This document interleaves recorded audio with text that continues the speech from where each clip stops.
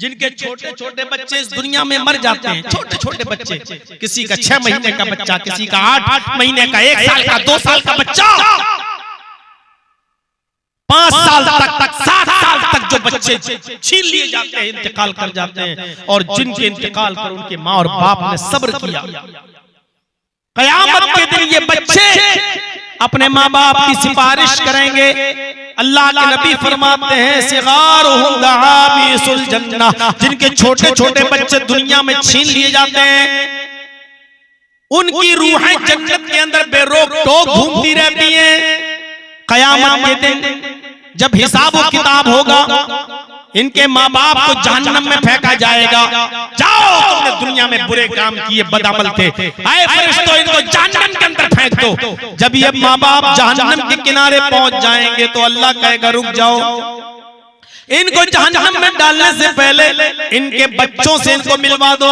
हमने इनके छोटे छोटे बच्चे इनसे दुनिया में छीने थे, जो जन्नत में बेरोक टोक घूम रहे हैं, इनको लेकर आओ और एक मर्तबा उनके माँ बाप से इनको मिला दो। हुक्म होगा इनके बच्चों को लाओ और इनके माँ बाप से इनको मिला दो, ताकि कोई शिकायत बाकी न रहे। उन बच्चों को फरिश्ते लेकर आएंगे और उनके माँ बाप से मिलाएंगे। अभी माँ बाप से मिल रहे होंगे ये बच्चे और खुश होंगे। इतने में हुक्म होगा कि चलो मुलाकात का वक्त खत्म है, इन बच्चों को जन्नत में डाल दो, माँ बाप को जहन्नम में। जब बच्चे छोटे छोटे ये सुनेंगे कि मेरे माँ बाप को जहन्नम में डाला जा रहा है, जहन्नम में डाला जा रहा है, फयाखुज़ु बिनाहियति सौबिही, वो छोटे छोटे बच्चे अपने माँ बाप के दामन को पकड़ लेंगे, उनके जो कपड़े, जो पीछे का कमीज होगी उसको पकड़ लेंगे। याखुज़ु बिनाहियति सौबिही, उनके कपड़े को पकड़ लेंगे। लम युफारिक, फिर उसको छोड़ेंगे नहीं, फिर उस दामन को छोड़ेंगे नहीं। फरिश्ते छुड़ाएंगे लेकिन ये बच्चे अपने माँ बाप के दामन को नहीं छोड़ेंगे। और अल्लाह से कहेंगे आय अल्लाह, दुनिया में भी तूने मुझे मेरे माँ बाप से दूर किया और आज भी तू मुझसे मेरे माँ बाप को दूर कर रहा है। अगर तुझे यहाँ भी मुझको मेरे माँ बाप से मुझे दूर करना था तो दुनिया में तूने मुझसे मुझे क्यों छीना? मुझे मेरे माँ बाप का प्यार दुनिया में भी नहीं मिला और यहाँ पर भी तू मुझे मेरे माँ बाप से दूर कर रहा है। अय अल्लाह, ये तेरा कैसा इंसाफ है? दुनिया में भी तूने मुझे माँ बाप नहीं दिए और आखिरत में भी तू मुझसे माँ बाप छीन रहा है। हाय अल्लाह, दुनिया में अगर तूने मुझे छीना था, माँ बाप से दूर किया था, तो यहाँ तो तू मुझे मेरे माँ बाप से दूर न कर। अल्लाह उन छोटे छोटे बच्चों की इस इल्तिजा को कबूल फरमाएगा और होगा फरिश्तों, इनके माँ बाप को भी इन बच्चों के साथ जन्नत के अंदर दाखिल कर दो। इनके माँ बाप को भी ले जाओ और जन्नत के अंदर इन बच्चों को के साथ इनके माँ बाप को भी दाखिल कर दो। वो छोटे छोटे बच्चे जिनको दुनिया में छीन लिया गया, क़यामत के दिन अपने माँ बाप की सिफारिश करेंगे और अल्लाह उनकी सिफारिश को कबूल करके उनके माँ बाप को जन्नत के अंदर दाखिल कर देगा, माँ बाप को जन्नत के अंदर भेज देगा। लेकिन शर्त यही है कि उन माँ बाप ने सब्र किया होगा और वावेला नहीं मचाया होगा, चीखे नहीं होंगे, चिल्लाए नहीं होंगे और मातम नहीं किया होगा। व जन्नतिन, और उस जन्नत की तरफ भी दौड़ो, उस जन्नत को पाने की कोशिश करो। अर्ज़ुहा समावातु वल अर्ज़, जिस जन्नत का रक़बा, जिस जन्नत का तूल व अर्ज़, जिस जन्नत की लंबाई और चौड़ाई जमीन और आसमान के बराबर है। जमीन और आसमान के बराबर। जमीन की कोई इंतहा नहीं, आसमान की कोई इंतहा नहीं। इसका मतलब यह है कि जन्नत की भी कोई हद नहीं। सबसे कमतर दर्जे के जन्नती को भी, जिसके पास सबसे कम नेकियां होंगी। अरे दुनिया में कोई तो ऐसा होगा, अल्लाह के नबी के जमाने से लेकर कयामत तक पैदा होने वाले लोगों में कोई ऐसा होगा जिसने सबसे कम नेकियां की होंगी और उसको जब जन्नत मिलेगी उसने शिर्क नहीं किया होगा। तो सबसे कमतर दर्जे के जन्नती को भी जन्नत में जो जगह मिलेगी उस जगह के बारे में बुखारी की ये रिवायत पढ़िए। मेरे भाइयों, जन्नत में जाने वाला सबसे कमतर दर्जे का जो जन्नती होगा, उस जन्नती को जो सबसे कम जगह मिलेगी, वो जगह कितनी होगी? एक आदमी घोड़े पर बैठकर सफर करे, एक आदमी घोड़े पर बैठकर सफर करे और अभी सफर किया, 100 साल तक उसका घोड़ा दौड़ता रहे, 100 साल तक उसका घोड़ा चलता रहे, 100 साल तक उसका घोड़ा दौड़ लगाता रहे, नॉन स्टॉप, बीच में खाने के लिए न रुके, पानी पीने के लिए न रुके, पेशाब करने के लिए न रुके, लीड करने के लिए न रुके, 100 साल तक वो घोड़ा दौड़ता रहे और कहीं बीच में 1 मिनट के लिए भी सस्ता नहीं, रुके नहीं। 100 साल के बाद वो जहां रुकेगा, 100 साल के बाद वो घोड़ा जहां रुकेगा, इतनी जगह उसको मिलेगी जिसने दुनिया में सबसे कम नेकियां की होंगी, और जो सबसे कम दर्जे का जन्नती होगा, ये इतनी जगह उस जन्नती को मिलेगी जो सबसे कम दर्जे का जन्नती होगा। अब सोचो, अकल में नहीं आती ना, ये अकल में आती नहीं है। अरे जहां अकल काम करना बंद कर देती है, वहीं तो कुरान और हदीस के इल्म की जरूरत पड़ती है। भाई आपकी अकल काम करे ना करे, लेकिन ये जरूरी नहीं कि आपकी अकल जो काम कर रही है वही बस मानी जाएगी, और जो अकल में ना आए उसको हमारी महदूद है। जैसे हम यहाँ बैठे बैठे चंद चीजें देख सकते हैं, इस वक्त दिल्ली, बंबई, कलकत्ता नहीं देख सकते हैं, अमेरिका और लंदन नहीं देख सकते हैं, क्योंकि हमारी आंखों में वो ताकत ही नहीं है। इसी तरीके से हम अपनी अकल से महदूद चीजें सोच सकते हैं और समझ सकते हैं, हर चीज समझने की ताकत हमारे दिमाग के पास नहीं है। जैसे हम जर्जीत साहब बोल रहे हैं, वो सुन रहे हैं दिल्ली में हंगामा हो रहा, वो नहीं सुन रहे, बंबई का हंगामा नहीं सुन रहे हैं, कलकत्ता का हंगामा नहीं सुन रहे हैं। हमारे कान में इतनी ताकत ही नहीं है कि जो दिल्ली बंबई की आवाज यहाँ तक सुन सके। इसी तरीके से हमारे दिमाग के पास वो ताकत ही नहीं है जो सारी चीजें समझ सके। दिमाग से वो काम लो जो दिमाग के लायक है, उसके ऊपर का मत सोचो। दुनिया की हर चीज अल्लाह ने पैदा की, ये ठीक है, आपका दिमाग इस चीज को सोच सकता है। दुनिया में कोई भी चीज आई है उसका बनाने वाला कोई है, और सारी कायनात का खालिक अल्लाह है। आपका दिमाग ये सोच रहा बिल्कुल ठीक, लेकिन इसके बाद अगर आपने ये सोचा फिर अल्लाह का खालिक कौन है, अल्लाह को किसने पैदा किया है, अब आप अपनी अकल से वो काम ले रहे हैं जिसके लिए अकल है ही नहीं। अब आप अपनी अकल से वो काम ले रहे हैं जो आपकी अकल का दायरा नहीं है। सोना तौलते हैं ना तराजू पर, गोल्ड, कितनी छोटी तराजू होती है, उस पे आप सोना जब तौलते हैं ना, 10 ग्राम, 20 ग्राम, 50 ग्राम सोना तौलते हैं। अब आप कहिए सोना तौलने वाली तराजू है, सोना तौलेंगे तो ठीक, लेकिन उसी के ऊपर ले आइए आप झारखंड का एक बहुत बड़ा पहाड़ उठा के तोड़ के लाइए और उस तराजू पे रख दीजिए, उस तराजू का हाल क्या होगा? टूट जाएगा। क्यों? क्योंकि वो तराजू उसके लिए बनाई नहीं गई है। आप उस पर वो चीज तौल रहे हैं जिसके लिए वो तराजू है ही नहीं। आपकी अकल उसके लिए है ही नहीं। आप ये सोच अल्लाह को किसने पैदा किया, आपकी अकल ये सोचने समझने के लिए पैदा ही नहीं की गई है, और आपकी अकल के पास वो ताकत है ही नहीं। इसलिए आप अपनी अकल से वो काम मत लीजिए जिसके लिए अकल बनाई नहीं। कंप्यूटर में हर चीज फिट है, जो चीज फिट है वही बताएगी। आज अमेरिका में कितनी गर्मी पड़ेगी, कल कितनी पड़ी बता देगी। सारी चीजें आप जो भी उसमें फिट आप डालेंगे वो बता देगा। लेकिन कंप्यूटर से सवाल करो कि मेरे बाप मर गए, वो जन्नत में जाएंगे या जहन्नम में, कंप्यूटर क्या जवाब देगा? उल्टा बल्कि गलत जवाब दे देगा। क्यों? क्योंकि कंप्यूटर उसके लिए है ही नहीं।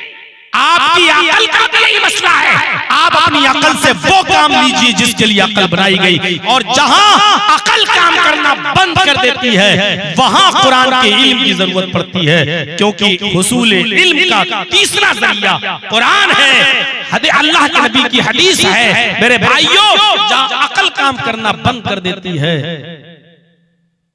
वहां का इल्म बताता है कुरान। अगर हर काम अकल पे छोड़ दिया जाता तो कुरान की जरूरत क्या थी? अच्छा और बुरा अकल पे छोड़ दिया जाए तो कुरान की जरूरत क्या है? हर आदमी से कह दिया जाए जो तुम्हारी अकल कहे वो अच्छा काम वो करो और जो तुम्हारी अकल कहे बुरा काम वो बुरा करो। मेरे भाइयों, अभी कितना फर्क हो जाएगा। हम और आप देख लीजिए, इंसान हैं, अकलें अलग अलग हैं। हमारी और आपकी माँ बहन बेटियां शादी से पहले किसी गैर के साथ ताल्लुक कायम करने को हराम और नाजायज समझते हैं। जिसके साथ शादी हो बस उसी से अपना बंधन बनाए रखते हैं। इसी को अकल कहती है कि ये सही है। लेकिन इसी के बरक्स एक तवाइफ होती है जो कोठे पे बैठती है, जो अपना जिस्म बेचती है। रोजाना उसके पास 10, 15, 20 कस्टमर उसके पास आते हैं, वो उनसे पैसा लेती है और जिस्म बेचती है। हमारी अकल कहती है खराब है, अच्छा काम नहीं है, लेकिन उनकी अकल ये कहती है कि हर चीज बिकती है, मैंने अपना जिस्म बेच दिया तो कौन सी बुरी बात है। देख लीजिए, अकल वही है, पैमाना दोनों के सोचने का अलग अलग है। हम इस काम को गलत समझते हैं, वो उस काम को सही समझते हैं।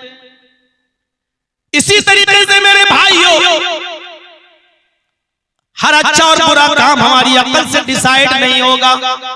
अच्छा क्या है ये हमें मजहब बताएगा, ये हमें इस्लाम बताएगा, और बुरा क्या है ये हमें इस्लाम बताएगा। ज़ोहर की 4 रकातें फर्ज हैं। अकल कहती है हम 4 की जगह 6 भी पढ़ लें तो क्या अर्ज है, 8 पढ़ लें तो क्या अर्ज है, जितना पढ़ेंगे उतना सवाब। ये अकल कहती है, लेकिन शरीयत ये कहती है, इस्लाम ये कहता है कि अगर 4 की जगह 5 पढ़ी और 6 पढ़ी तो तुम अपने आप को नबी होने का दावा कर रहे हो, तुम जालिम करार दिए जाओगे, तुम मुजरिम हो जाओगे। मेरे प्यारे साथियों, गौर करो, सोचो। गोश्त हलाल है, अकल कहती है खाओ, लेकिन रमजान के महीने में यही गोश्त रोजे की हालत में हराम है। अब आप नहीं खा सकते हो। बीवी हलाल है, रोजे की हालत में हराम है, नहीं इस्तेमाल कर सकते हो। गौर करो, ये नमाज तो सबसे बड़ी इबादत है, लेकिन फजर की नमाज के बाद आप नमाज नहीं पढ़ सकते, ज़वाल के वक्त नमाज नहीं पढ़ सकते, सूरज गुरूब होते वक्त नमाज नहीं पढ़ सकते। इन वक्तों में अगर नमाज पढ़ोगे तो गुनाह पड़ेगा। वही इबादत है और वही नमाज पढ़ने पर, ममनुआ औकात में पढ़ने पर गुनाह भी है। तो ये हमारी अकल डिसाइड नहीं करेगी, ये इस्लाम डिसाइड करेगा, इस्लाम फैसला करेगा। ये शरीयत हमें बताएगी कि क्या गलत है और क्या सही है। इसलिए हर काम को अपनी अकल से करने की कोशिश मत करो, शरीयत के दायरे में उसको करो। हमारी अकल सोचने से आजिज़ है। एक कमतर दर्जे के जन्नती को इतनी जगह मिलेगी कि घोड़े पर बैठकर कोई आदमी सफर करे और 100 साल तक वो घोड़ा दौड़ता रहे, 100 साल के बाद जहां रुकेगा, इतनी जगह उसको मिलेगी जिसने कब सबसे कम नेकी की होंगी, सबसे कम दर्जे का। तो आप सोचिए, जिसने सबसे ज्यादा नेकी की होंगी उसको कितनी बड़ी जन्नत है। अरे जन्नत की नेमतों के बारे में अल्लाह ने सिर्फ इतना कह दिया है, कोई जान ही नहीं सकता, न किसी आंख ने देखी, न किसी दिल पर उसका असर हुआ, न किसी दिमाग में उसका वहम तसव्वुर आया। जब ये कह दिया तो इसका मतलब यह है कि जन्नत की नेमतों के बारे में हमारी अकल सोच नहीं सकती, हमारी आंखें देख नहीं सकती, उसका वो हमारे चश्मे तसव्वुर से बालातर है, बहुत दूर है। भाइयों, बस हमारा काम है ईमान लाना, हमारा काम है ईमान लाना। लेकिन जन्नत में जाने के रास्ते बताते हुए अल्लाह के नबी सल्लल्लाहु अलैहि वसल्लम फरमाते हैं कि जन्नत में तुम जाने के लिए क्या करो। बहुत आसान भी है, बहुत आसान है। वुजू बनाओ और अच्छी तरीके से वुजू बनाओ। मा मिनकुम मिन अहदिन यतवज़्ज़ा फयुहसिनुल वुजू, तुम में से जिसने वुजू बनाया और अच्छी तरीके से वुजू बनाया, वुजू को वुजू की तरह, थुम्मा क़ाल, और वुजू बनाने के बाद जिसने ये दुआ पढ़ ली, अशहदु अल्ला इलाहा इल्लल्लाह व अशहदु अन्ना मुहम्मदन अब्दुहु व रसूलुहु। तिरमिज़ी में ये भी आया है अल्लाहुम्मा जअलनी मिनत तव्वाबीन व जअलनी मिनल मुतत्तहिरीन। इसको भी उलमा ने हसन करार दिया है। अगर याद है पढ़ सकते हो पढ़ लो, और अगर नहीं पढ़ सकते हो तो कोई बात नहीं, इतनी दुआ पढ़ लो। अशहदु अल्ला इलाहा इल्लल्लाह व अशहदु अन्ना मुहम्मदन अब्दुहु व रसूलुहु। मुस्लिम शरीफ में इतनी दुआ आई है। अल्लाह के नबी फरमाते हैं, देखिए जन्नत कितनी आसान। जिसने वुजू बनाया और वुजू बनाने के बाद जिसने ये दुआ पढ़ ली, अशहदु अल्ला इलाहा इल्लल्लाह व अशहदु अन्ना मुहम्मदन अब्दुहु व रसूलुहु, इल्ला फुतिहत लहू अब्वाबुल जन्नतिस समानिया। अल्लाह के नबी फरमाते हैं कि उसके लिए जन्नत के 8 दरवाजे खोल दिए जाते हैं। फुतिहत लहू अब्वाबुल जन्नतिस समानिया, उसके लिए जन्नत के 8 दरवाजे खोल दिए जाते हैं। नौजवानों बताओ, वुजू बनाना कितना मुश्किल काम है, और वुजू बनाने के बाद इतनी सी दुआ पढ़ने पे अगर जन्नत के 8 दरवाजे हमारे लिए खुल रहे हैं तो कौन सा मुश्किल काम है? ये आपको भारी लगे? वुजू बनाइए और वुजू बनाने के बाद ये दुआ पढ़ लीजिए, 8 दरवाजे खुले, एक नहीं 2 नहीं, जन्नत के 8 दरवाजे हैं। 8 दरवाजे उसके लिए खोल दिए जाते हैं। जिस दरवाजे से दाखिल होना चाहे हो जा। ये इसी तरीके से अजान के बाद अजान के कलमात दोहराना और उसके बाद दुआ पढ़ना। जब मुअज्जिन कहे अल्लाहु अकबर तो तुम भी कहो अल्लाहु अकबर अल्लाहु अकबर। जब मुअज्जिन कहे अशहदु अल्ला इलाहा इल्लल्लाह तो तुम भी कहो अशहदु अल्ला इलाहा इल्लल्लाह। जब मुअज्जिन कहे अशहदु अन्ना मुहम्मदर रसूलुल्लाह तो तुम भी कहो अशहदु अन्ना मुहम्मदर रसूलुल्लाह। जब मुअज्जिन कहे हय्या अलस सलाह तो तुम कहो ला हौला वला कुव्वता इल्ला बिल्लाह। जब मुअज्जिन कहे हय्या अलल फलाह तो आप भी कहिए ला हौला वला कुव्वता इल्ला बिल्लाह। जब मुअज्जिन कहे अल्लाहु अकबर अल्लाहु अकबर तो यही जुमले आप भी दोहराओ। जब मुअज्जिन कहे ला इलाहा इल्लल्लाह तो आप भी कहो ला इलाहा इल्लल्लाह। जिसने मुअज्जिन के कलमात दोहराए तुम काल, और मुअज्जिन की अज़ान देने के बाद ये कलमात दोहराने के बाद जिसने ये दुआ पढ़ ली, अल्लाहुम्मा रब्ब हाज़िहि दावति ताम्मा व सलातिल काइमा आति मुहम्मदनिल वसीला वल फजीला व बअसहु मकामम महमूदा अल्लज़ी वअदता। जिसने ये दुआ पढ़ ली, अल्लाह के नबी फरमाते हैं हुल्लत लहू शिफाती यौमल क़यामा, क़यामत के दिन उसके लिए मेरी शिफात हलाल कर दी जाएगी। ऐसा आदमी जहन्नम के दरवाजे के पास भी खड़ा होगा तो मेरे लिए इजाजत होगी कि उसकी शिफात करूं, और अल्लाह हलाल कर देगा मेरे लिए उसकी शिफात करना। मैं उसको जहन्नम के दरवाजे से ले आऊंगा और अल्लाह से सिफारिश करूंगा, और अल्लाह मेरी सिफारिश कबूल करके उसको जन्नत में दाखिल कर देगा। ये कोई मुश्किल काम है? हाँ, बस इतना है कि आपको जरा चाय की होटलों पर बैठकर चाय पीना छोड़ना पड़ेगा और घड़ी पे नजर रखना पड़ेगी। अगर जोहर की अजान 12:30 पे हो रही है तो आपको 12:28 पर वुजू बनाकर आपको बैठ जाना है और मुअज्जिन के अजान के कलमात दोहराना, और उसके बाद ये दुआ आपको अपने दोस्तों से थोड़ी देर के लिए छुटकारा हासिल करना पड़ेगा। जब आप थोड़ी देर के लिए इनकी कुर्बानी देंगे तो ये काम कर पाएंगे मेरे भाइयों, वरना ये काम कोई मुश्किल नहीं। कहां मुश्किल है? हमारी माँ बहनें आई हैं, सुने, उनके लिए भी जन्नत का दरवाजा बताया गया है। अल मरातु इज़ा सल्लत खम्सहा व सामत शहरा व अहसनत फरजहा व अतात बालहा फलतदखुल मिन अब्वाबिल जन्नति शात।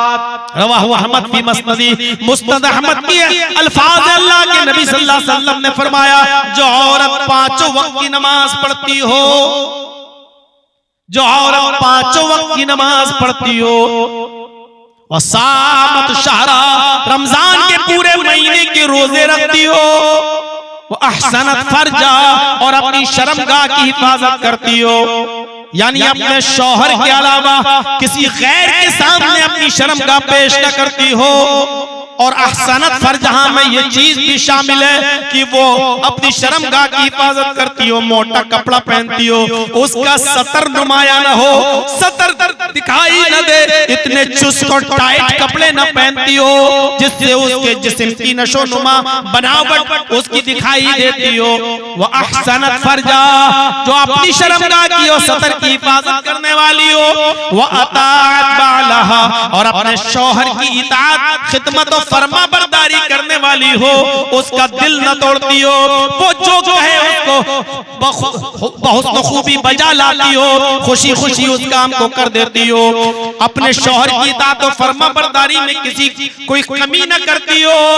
ऐसा ये जो चार काम कर ले जो औरत, अल्लाह के नबी फरमाते हैं चार काम, पांचों वक्त की नमाज पाबंदी से पढ़ना, रमजान के पूरे महीने के रोजे रखना, अपने सतर की और शर्मगाह की हिफाजत करना, और अपने शौहर की इताअत और फरमा बरदारी करना। ये चार काम जो औरत करती हो, अल्लाह के नबी फरमाते हैं जन्नत के आठों दरवाजों पर फरिश्ते कयाम बैठे होंगे और इस औरत से कह रहे होंगे फल तदखुल मिन अय्याबाबिल जन्नति शाह, तेरे लिए जन्नत के आठों दरवाजे खुले हुए हैं, तू जिस दरवाजे से दाखिल होना चाहे हो जा। ऐसी औरत के लिए भी जन्नत के आठों दरवाजे खुले हुए हैं, ऐसी औरत के लिए भी जन्नत के आठों दरवाजे खोल दिए जाते हैं मेरे भाइयों। और एक हदीस आपके इस जलसे के ताल्लुक से, जो मस्जिद के ताल्लुक से हो रहा है, अल्लाह के नबी ने फरमाया मन बना लिल्लाहि मस्जिदन बनल्लाहु लहू बैतन फिल जन्नह। कितनी बड़ी जन्नत की बशारत अल्लाह के नबी फरमाते हैं कि जिसने अल्लाह के घर के लिए यानी मस्जिद के लिए कोई ताबुन किया, अल्लाह के घर को बनाया, दुनिया में जिसने मस्जिद बनाने में ताबुन किया, जिसने मस्जिद बनाई, बनल्लाहु लहू बैतन फिल जन्नह, जन्नत के अंदर अल्लाह रब्बुल आलमीन उसका घर बनाएगा। दुनिया में तुम अल्लाह का घर बनाओगे तो अल्लाह जन्नत में उसके लिए घर बनाएगा जो दुनिया में घर बनाएगा। ये जन्नत में जाने के रास्ते हैं, जन्नत में जाने के रास्ते मेरे भाइयों। इसलिए इस रास्ते में बढ़ चढ़कर हमें और आपको हिस्सा लेना चाहिए। ये तो अभी तक ताल्लुक था नमाज का, रोजे का, जिसने रोजे रखे, शौहर की इताअत की, फरमाबरदारी की, नमाज, ये तमाम मामले नौजवानों के ताल्लुक से अल्लाह के नबी ने फरमाया इसमें लड़के भी शामिल हैं और लड़कियां भी शामिल हैं। जो हदीस में पेश करने जा रहा हूं, अल्लाह के नबी फरमाते मैं यज़मन ली बैना लहयैहि व रिजलैहि, जिसने बैना रिजलैहि, जिसने अपने दाढ़ दोनों ये दरमियान यानी दाढ़ी के दरमियान यानी जबान, लहयैहि दाढ़ी कहते दोनों, उसके अंदर क्या है जबान, जो मुझे जमानत दे, गारंटी दे कि हम जबान का सही इस्तेमाल करेंगे, गाली नहीं देंगे, गीबत नहीं करेंगे, चुगली नहीं करेंगे, किसी की बुराई नहीं करेंगे, जबान से उल्टा सीधा नहीं बोलेंगे, इस जबान को लग़वियात में नहीं जो है इस लग़वियात में नहीं गुजारेंगे। तो क्या फरमाया अल्लाह के नबी ने, दो चीजों की जमानत मुझे दे दो, दो चीजों की, एक जबान की व बैना रिजलैहि, और दोनों पैरों के दरमियान यानी शर्मगाह की।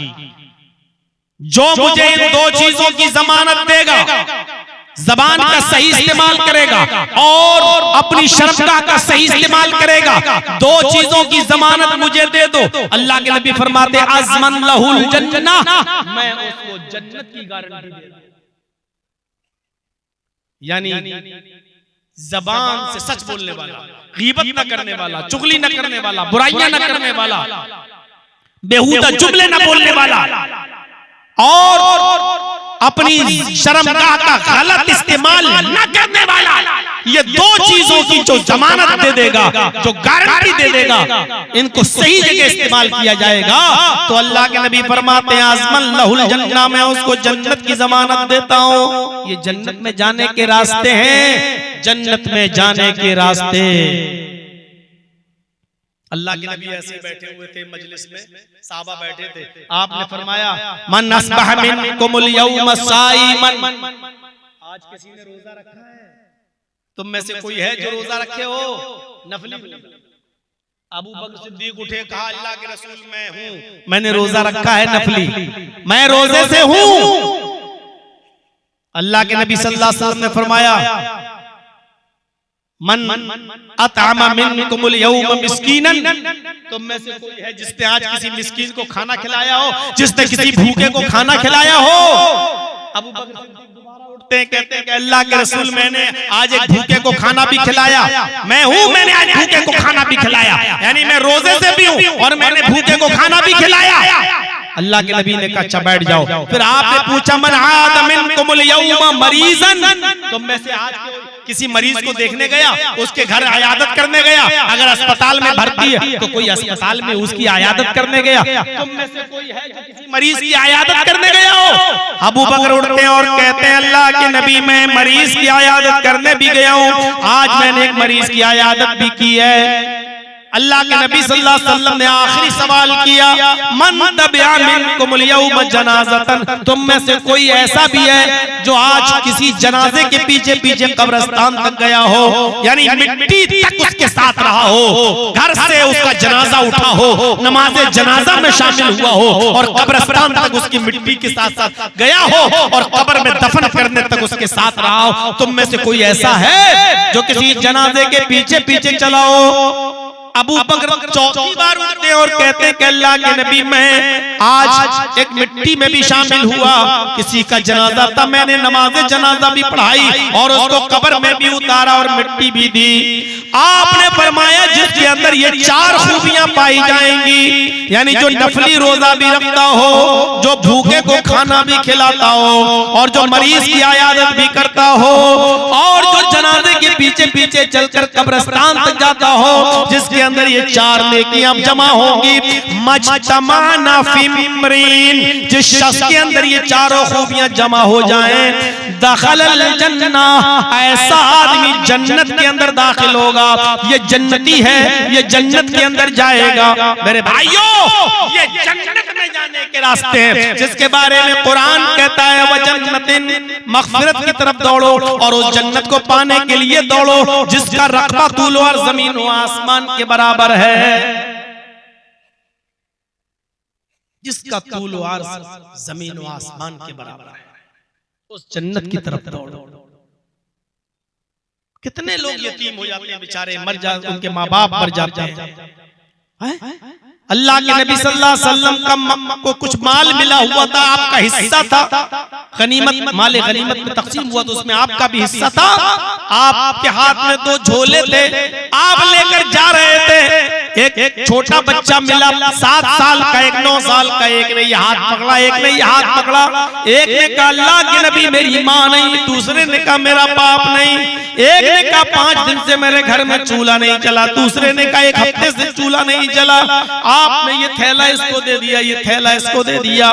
उस वक्त तक आप देखते रहे जब तक ये दोनों बच्चे आपकी निगाहों से ओझल नहीं हो गए, खाली हाथ आप घर में गए, देखते हैं कि हजरत आयशा चूल्हे में लकड़ियां रखी हुई थी और सोच रही थी कि आज अल्लाह के नबी आएंगे तो मेरे घर में भी चूल्हा जलेगा, आज कुछ लाएंगे तो मेरे घर में भी रोटी बनेगी और गोश्त बनेगा, लेकिन खाली हाथ जब देखा तो पूछा अल्लाह के नबी आपका हिस्सा क्या हुआ?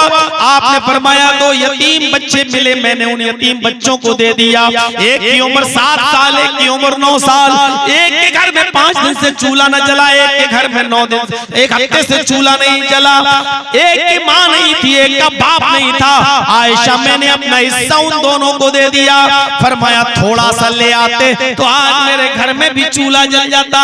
फरमाया आयशा तुम्हारे बाप जिंदा हैं, तुम्हारी माँ जिंदा है, आयशा तुम्हें यतीमी का दर्द नहीं मालूम, यतीमी का दर्द मुझसे पूछो, जब मैं पैदा हुआ तो मैंने अपने बाप को नहीं देखा, जब 2 महीने का जब मैं पैदा होने में 2 महीने रह गए तो मेरा बाप मुझे छोड़कर इस दुनिया से चला गया, मेरे इस दुनिया में आने से 2 महीने पहले ही मेरे बाप इंतकाल कर गए। जब मैं 6 साल का था तो मेरी माँ भी मुझे छोड़ के चली गई। जब मैं 8 साल का था तो मेरा दादा भी मुझे छोड़ के चला गया। यतीमी का दर्द मैंने देखा है, तुमने नहीं देखा। उसके बाद अजान का वक्त हुआ, आप मस्जिद में नमाज पढ़ने के लिए गए और जोहर की नमाज पढ़ाने के बाद आप ऐसे मिंबर पर बैठ गए और आपने उसी मौके पर तारीखी जुमले अदा किए और आपने फरमाया, लोगों आज तो यतीम बच्चों का हाल मैंने देखा। एक की उम्र 7 साल, एक की उम्र 9 साल, एक के घर में 5 दिन से चूल्हा नहीं जला, एक के घर में 9 हफ्ते से चूल्हा नहीं जला। लोगों एक का बाप नहीं था, एक की माँ नहीं थी। आज मैंने अपना हिस्सा उनको दे दिया। सुनो, अना वकाफिलुल यतीमी फिल जन्नति कहातैन, मैं और यतीम का परवरिश करने वाला, मैं और यतीम को पालने वाला, मैं और यतीम के सर पे हाथ फेरने वाला, मैं और यतीम को खिलाने पिलाने वाला, उनकी परवरिश करने वाला, कयामत के दिन दोनों जन्नत में ऐसे होंगे जैसे ये दोनों उंगली मिली हुई हैं। यानी वो मेरा पड़ोसी बनकर रहेगा जो यतीमों के सर पे हाथ फेरेगा, यतीमों का ख्याल रखेगा। आपने यतीमों की परवरिश और उनको खिलाने पिलाने की वाले को अपना पड़ोसी बताया है कि वो जन्नत में मेरा पड़ोसी बनकर रहेगा। या तो यतीमों का हक भी मारने के बारे में प्लानिंग होती है और मंसूबे